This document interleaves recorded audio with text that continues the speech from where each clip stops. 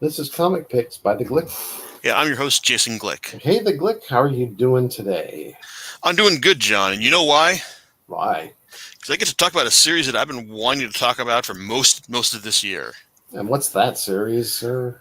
This is called Ajin, Demi-Human, a series that if you look on the blog, it's like you'll notice that I've written up reviews of every single volume of this title. Like all the previous 16 volumes have their own individual review because this is a series that, while not being wholly objectively good most of the time, it has nevertheless been interesting to write about. What's the series about, you ask? Well, it's about this. It's about basically our world where these things called demi-humans exist. They're basically like unkillable versions of humans that are capable of like aside from being unkillable, they've also got the ability to bring out these entities called IBMs, or invisible black matter. It's like basically they're like kind of humanoid puppets that the demi-human can control, like to a certain extent. And so like this, it's like this ability, along with their general unkillability, has made these demi-humans a subject of much hate and fear in the world at large. It's very X-Men esque for the most part, in the sense you've got this these people who find out they're not human, but they've got like abilities that are extraordinary, and that's basically made them like the targets of the world at large through no direct action of their own. Um, all of this stuff is just of no concern to our protagonist when we introduced him in the first volume, Kei Nagai. He's just your average high school student, concerned with studying. It's like and getting through his final exams. It's like and getting into a good college at some point. Up until the point in the first volume where he's hit by a truck, and you figure, well, like so much for him, until, shock of all shockers, he turns out to be a demi-human after he resurrects on the spot. And well, that's the end of his normal life, as everyone looks at him as he gets up and says wow, it's like he's a demi-human now. Maybe we could turn him into the government for some quick cash. Yep. This is a very classy world and vision of Japan that we're looking at for this series.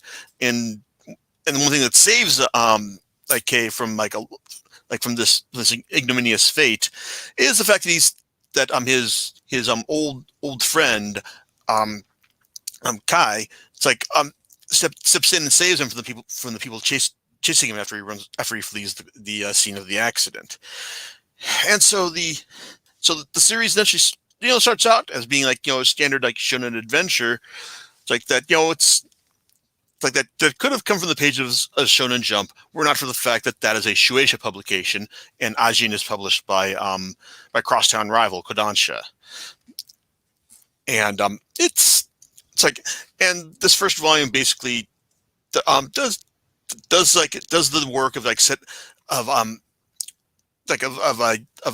setting up Kei's struggle and his and his reluctant resumption of his friendship with Kai, and also the fact that there are other people out there, actual demi-humans, who are they're fighting against the government's plan. There's Sato, the beanie-headed closed-eyed combat veteran, and Tanaka, who is portrayed as his slightly unstable, creepy second in command. And you figure that they're gonna be up at some point, and it's eventually start to fight back against the evil. It's like the evil government forces that seek to exploit demi-humans to their own ends. Well, and that's kind of where how the series starts off. But here's the thing about Ajin. The first volume credits actually has two different credits to it. A story by writer Tsuniya Miura, and art by Gamon Sakurai. Now, as Sakurai spells out for us in his afterword to the final volume, Miura didn't stick around as the writer, and he soon found him, and Sakurai himself found himself writing the series as a whole. So from here on out, it's basically him working with what he was given in the first volume, and then it's like dragging it in a direction that he wanted it to go, which is why it's like the act you'll see that in the volumes that follow, it's like the action becomes more, it's like more visceral, it's like more grounded. Basically, it's like the fighting in here is like it's basically a whole lot of gunplay with a lot of creative uses of like how do you fight when someone how does like an immortal person fight, especially when they can just like reset their body just by shooting themselves in the head. Sato will show us that there's a lot of clever and bloody stuff you can do to win a battle if you're willing to just treat your body as a very expendable resource when you've got that a bit got the ability to die and come back whenever you want, or it's like whenever you die you can just resurrect in in a pristine fashion. But the problems with the early volumes is that he struggles with the idea that he wants to have like K presented as like as a generally friendly and it's like a really personable character early on. It's like, because even though it's like he at one point is captured by the government forces and is tortured and experimented on like for a week. It's like when he's rescued by Sato and Tanaka, he basically like asks him, no, please don't kill them, even though it's like this does not seem like to be like a fairly reasonable like stance for someone who's just like experienced that level of that level of torture. In fact, it kind of feels like at this point he's still stuck between keeping Kai as a standard shonen protagonist, as someone who's just gonna do the right thing no matter what. But at the same time though, it's like as the volumes go on, we get to see him like portray Kay as more of a ruthless pragmatist, someone who wants, it's like, who's like perfectly fine with manipulating people and just doing what needs to be done. It's like, and this would be fine if it weren't for the fact that it's like this kind of feels like he's just trying to like Sakurai's just kind of trying to retcon it's like Kay's mentality into being like this is the way it always was. It's like, even if it's like it just doesn't feel right. It's like, but that's less of an issue than the fact that Ajin is kind of a special series because it's probably the first series I've read in a long time, if not ever, where I have fully empathized with the antagonist over the protagonist and his friends, because Kay gets some friends. He even like teams up with a less corrupt version of the it's like less corrupt like a side of the government, or like their Demi-Human task force to basically to bring Sato in. Because here's the thing about Sato, when he's first properly introduced to Kay, it's like he's basically pitching him on the idea of we've got to fight. It's like we got to show no mercy to these people. And so you think, okay, in this very X-Men-esque story, it's like he's the Magneto character. He's the he's got the ends justifies the means type of thinking. And that's perfectly fine.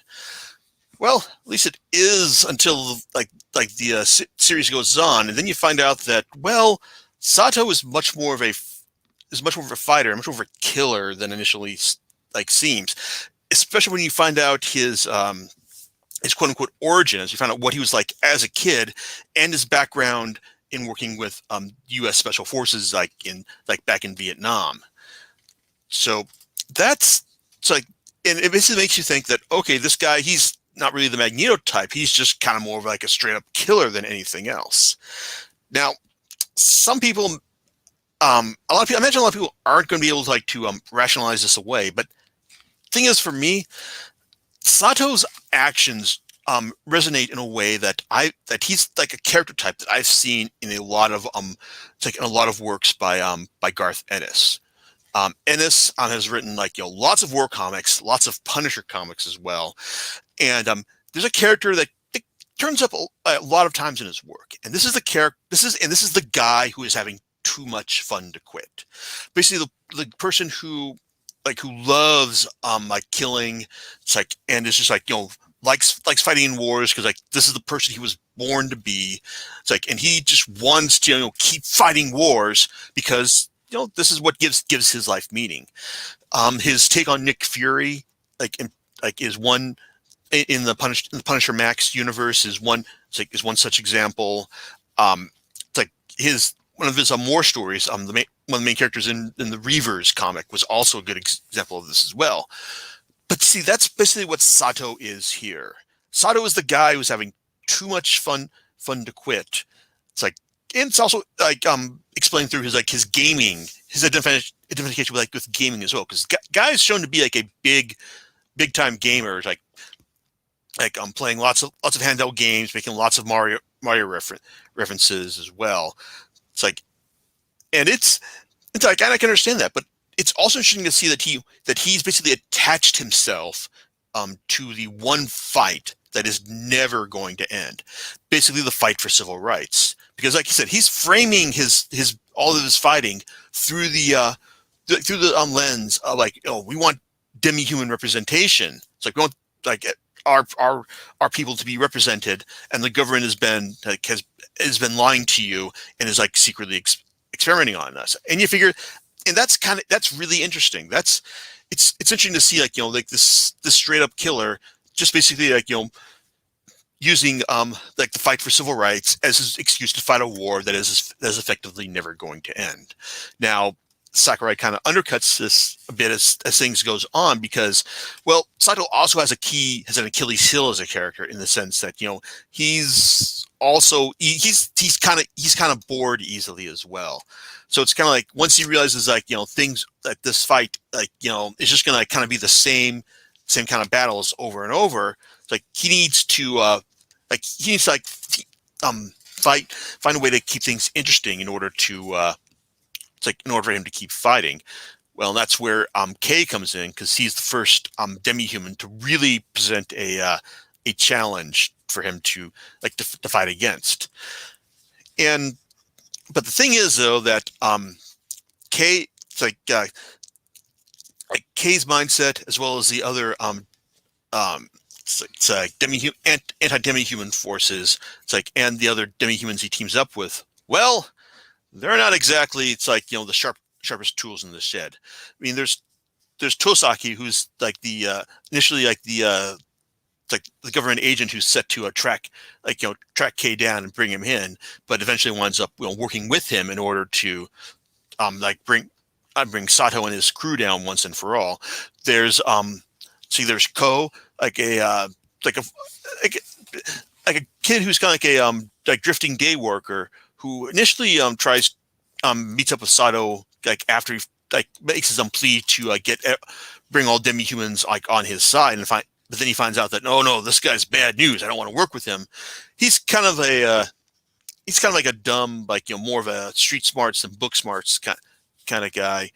But he eventually winds up working with K after K decides to let him out of the trailer he's trapped him in because at this point, the point in the story they encounter each other, K is living incognito in the in the boonies, and in Ko's appearance just throws a wrench into his plan to live in blissful anonymity.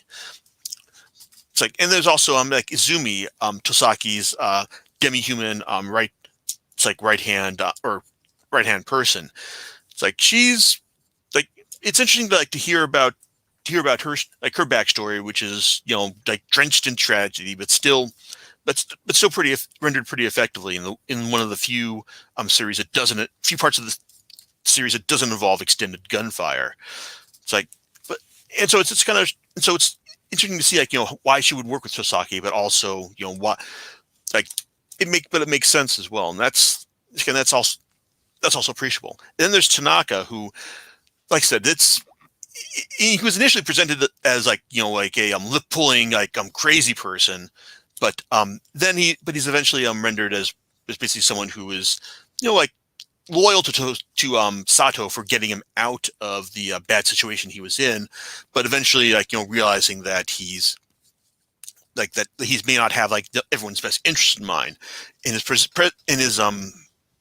mindset is more is further altered when he has an encounter with Izumi's IBM, because one of the things that's established here is that if IBMs from different demi-humans collide, then then they can share memories between their hosts as well.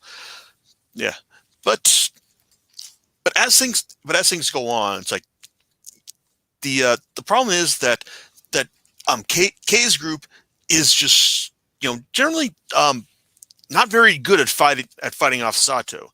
Sato is just like a one man war machine. It's like, and he's also got his group, like including Tanaka and some other like-minded demi-humans as well, like to back him up.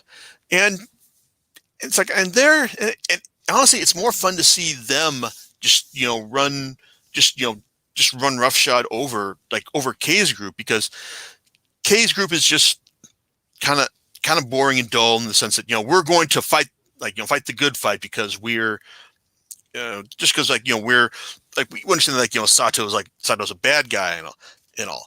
But the thing is Sato is clearly enjoying himself because he's having because in the parts where he can bring himself to engage in in combat, it's a lot of fun to see, because he's also like very clever about using his demi-human abilities to their fullest and in very very creative ways in order to in order to defeat his opposition. These bits range from tying a tourniquet to his arm to use his arm as a shield when someone tries to fire a tranquilizer into it, throwing himself into a wood chipper in order to allow him to resurrect at a point where a larger part of his corpse has been mailed to, or just flying, like stealing planes from a base and using them and flying them into various important government buildings across Japan in order to make his point about demi-human rights, which not really, but it's like, hey, it's like whatever makes him happy at this point. It's like I said, it's basically he's the guy who is clearly enjoying himself. He's having fun, and it's like and compared to like the main cast, which is just for her just dumb like shonen. They're following like the dumb shonen playbook in the sense that we're going to do this because we know it's the right thing to do, and also the power of friendship definitely comes into play here more often than not. It's like I'm at the point where it's like it's not that the power of friendship can't work for me. It's just that you need to do it in more ways that are more interesting than what this series serves up. And the thing is, like, the series only like really its most legitimate strength is the constant are the action sequences that Sakurai stirs up over the course of the series. He's got a great sense sense of place, sense of perspective. It's like, and just general weight to the fight scenes here, in the sense they come off grounded and believable, even as we're dealing with like some fantastic subject matter here. It's like it's always fun when the series is always at its strongest when it's just like seeing Sato and his crew fight against the the opposition and just like tear them to shreds, because even when they're doing this, it's like, even though they're going to win, there's usually some genuine creativity to the way that's being done here, because Sato has found some way to to use his abilities in a new and interesting manner. So like I said, it's like whenever like the bullets are flying, the series, you can shut your brain off and enjoy the series like as it is. Whenever more often than not, when the characters like are just talking about how we're going to get this guy, it's just kind of like this is dumb. It's like, and I kind of wish like Sato would just win, kill them all. It's like, and then go off to a nice tropical island to retire. Which, it's like I kind of hoped that was going to happen as the series reached its climax in the last couple volumes, because I thought it was going to end like in volume 16, but Sakurai decided to spin his wheels for a while and just stretch things out as long as humanly possible, while also offering up the origin of demi-humans. It's like in volume 16. I thought it was some awful wheel spinning, but it also meant that, okay, we're just going to wait that much longer for volume 17, the finale, which at the time I'm recording this arrived at my place about five days ago. And it starts off with a long conversation between Kei and Ko back when they were leaving their like the rural area that Kei was hiding out in, but also like Kei talking to Ko about the proper way to jump into water without passing out. I'm mentioning this because if I were a betting man, it's like I would assume that these pages were actually added into the final volume in a it's like in a way that like some mangaka will try to add, like we'll add in pages in order once they've it's like once they're like prepping a volume for serialization. I've heard of lots of volumes being it's like being retrofitted in this fashion. Like the idea is like the magazine serialization is the live show. It's like in the in the final volume is the studio recording. So, but the thing is, because like these conversations between Kei and Ko turns out to be pretty relevant to the action of to the climax of the final volume, which for the most part starts off in pretty standard fashion as a flood of Kei's IBMs had started in volume 15 like finally peters out here, and Sato and while this is going on, Sato finally makes his way to Sato's IBM, like who's been flying a helicopter to help get his host out of here. It's like finally touches down on on an embankment across the river.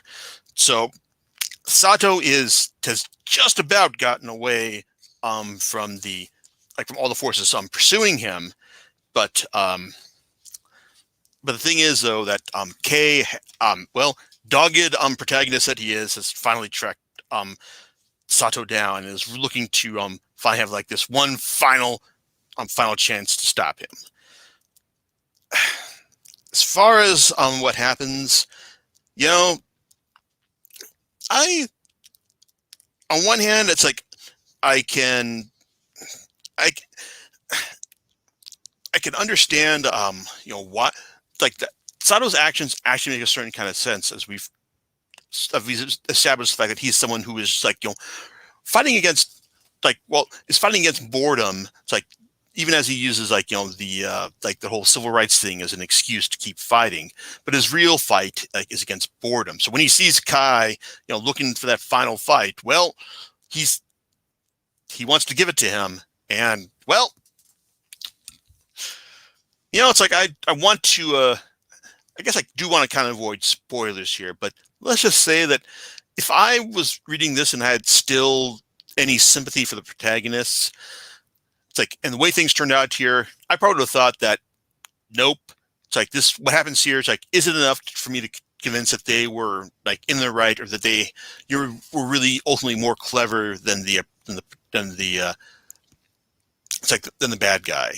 Really, the only way, the success they have against Sato here is only down to the fact that his overconfidence and some blind luck basically pays off for them. So it's kind of like I'm just kind of like mildly disappointed in the fact that Sato, you should have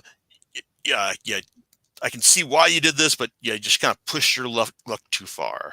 And in the end, it's like the majority of this volume is given over to it's like to the falling action as we find out just what happens to everyone as the